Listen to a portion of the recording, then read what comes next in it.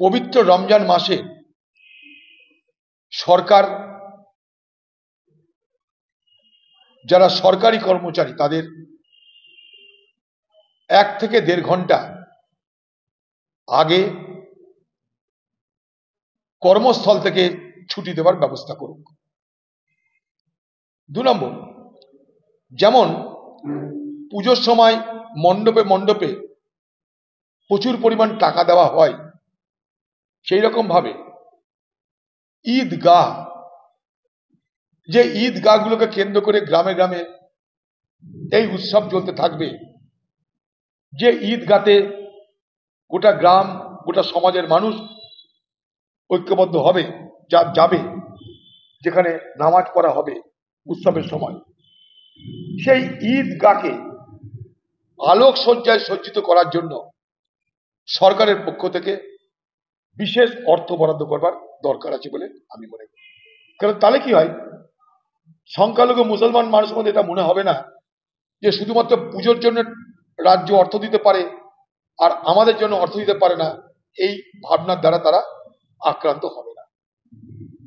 3 নম্বর, সরকারি কর্মচারীদের উৎসবের সময় যেমন বোনাস দেওয়া হয়, ঠিক একইভাবে মসজিদে মসজিদে ইমাম এবং মুয়াজ্জিনদেরকেও বোনাস দেওয়ার ব্যবস্থা করা হোক। কারণ এই রমজানের মাসগুলোতে তাদের বিশেষ দায়িত্ব পালন করতে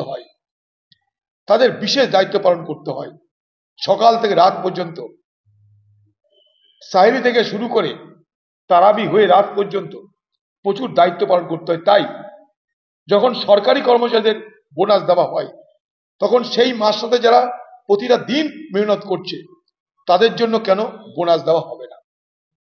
আমার আরেকটা দাবি, যে এই সময় বাজারে জিনিসপত্রের দাম খুব বেড়ে যায়। আপনারা জানেন, ইফতার করতে মুসলমান সমাজের মানুষ ড্রাই ফ্রুট অর্থাৎ শুকনো খাবার, ফল মূল, এগুলো তারা বেশি করে গ্রহণ করে থাকে। ঠিক সেই সময়তেই বাজারে কিন্তু অগ্নিমূল্য হতে আরম্ভ করে সমস্ত ফলের দাম, সমস্ত জিনিসের দাম। এখন থেকে দেখবেন বাজারে ফল বা ফল জাতীয় শুকনো ফল বা তাজা ফল যাই দেখুন না কেন, তার কিন্তু দর দিনের পর দিন বাড়তে আরম্ভ করে গেছে।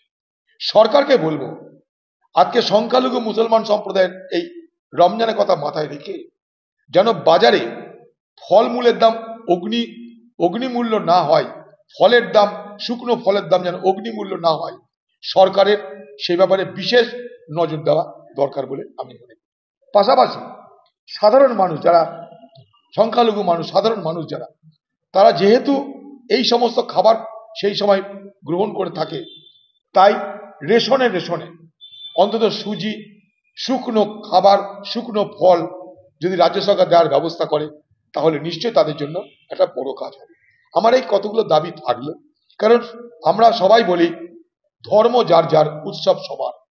সেই উৎসবে, সেই ইফতারে আমরা অংশগ্রহণ করি, আমরা কখনো ইফতারিতে দাওয়াত দিই। এই সময়টা মুসলমান সমাজের কৃচ্ছ সাধনের সময়। মুসলমান ধর্মে বলা আছে, ইসলামে, আরকান আল দিন, অর্থাৎ সেই আরকান আল দিন যে 5টা স্তম্ভ, সেই 5টা স্তম্ভের একটা হচ্ছে উপবাস। সেই উপবাস এই সময় করা হয়, 1 মাস ধরে উপবাস চলবে। তাই সেই মুসলিম সমাজের মানুষের এই রমজান মাসে যেন কোনো সমস্যা না হয়, তার জন্য সরকার বিশেষভাবে দৃষ্টি দিক, এটা আমার দাবি। আরেকটা কথা, এই সময়টাই প্রচুর জলের প্রয়োজন হয়। কারণ জানেন যে সারাদিন পর মুসলমান সমাজ যখন রোজা ভাঙে, ইফতার হয়, নামাজ শুরু হয়, গোটা দিনের প্রচুর পরিমাণ জল তাদের প্রয়োজন হয়। তাই 24 ঘন্টা জল সরবরাহ। পাশাপাশি আপনাদের আরেকটা কথা বলি, মনে করুন সকালবেলায় রোজা শুরু করার সময় সেহারি খাওয়া হয়, সেই সেহারি সূর্য ওঠার আগে থেকেই দিতে হয় একটা সময়। সেই বাড়ির মেয়েরা রান্না শুরু করে রাত্রি 1টা থেকে। সেই জন্যে আমার দাবি যেন 24 ঘন্টা বিদ্যুৎ সরবরাহ অক্ষুণ্ণ থাকে। 24 ঘন্টা বিদ্যুৎ সরবরাহ এবং 24 ঘন্টা জল সরবরাহ গোটা মাসে যেন অক্ষুণ্ণ থাকে, সেই ব্যাপারটাই সরকারকে বিশেষভাবে আমি দৃষ্টি দিতে দাবি করছি। দাদা আমার